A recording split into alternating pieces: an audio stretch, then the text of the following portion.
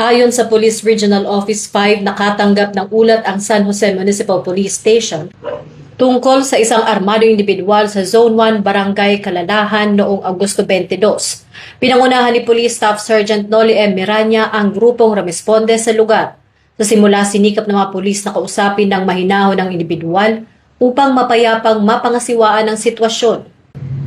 Subalit bigla umano itong sumugod sa mga pulis dahilan upang matumba si Police Staff Sergeant Miranya. Sunod umano siyang inatake ng bolo. Nagtamo si Police Staff Sergeant Miranya na malubhang sugat sa kanyang kaliwang kamay at mukha.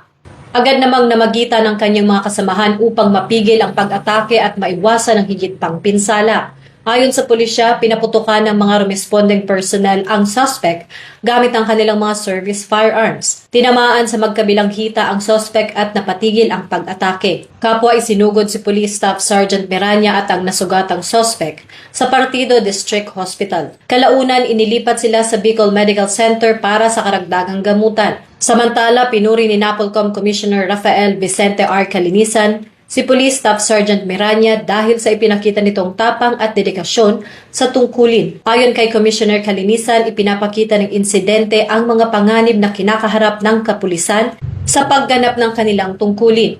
Tiniyak din ng NAPOLCOM na matatanggap ni Police Staff Sergeant Miranya at ng kanyang pamilya ang mga nararapat na benepisyo at tulong alinsunod sa umiiral na mga batas, tuntunin at regulasyon.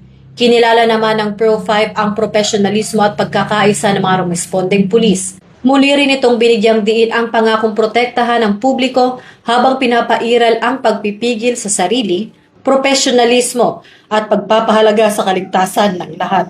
Patuloy na minomonitor ng mga otoridad ang kalagayan ni Police Staff Sergeant Miranya at ng nasugatang sospek. Ako po si Patrol Woman Sari Bernales, nagbabalita para sa Police News Network. Bagong PNP para sa Bagong Pilipinas, serbisyong mabilis, tapat at nararamdaman.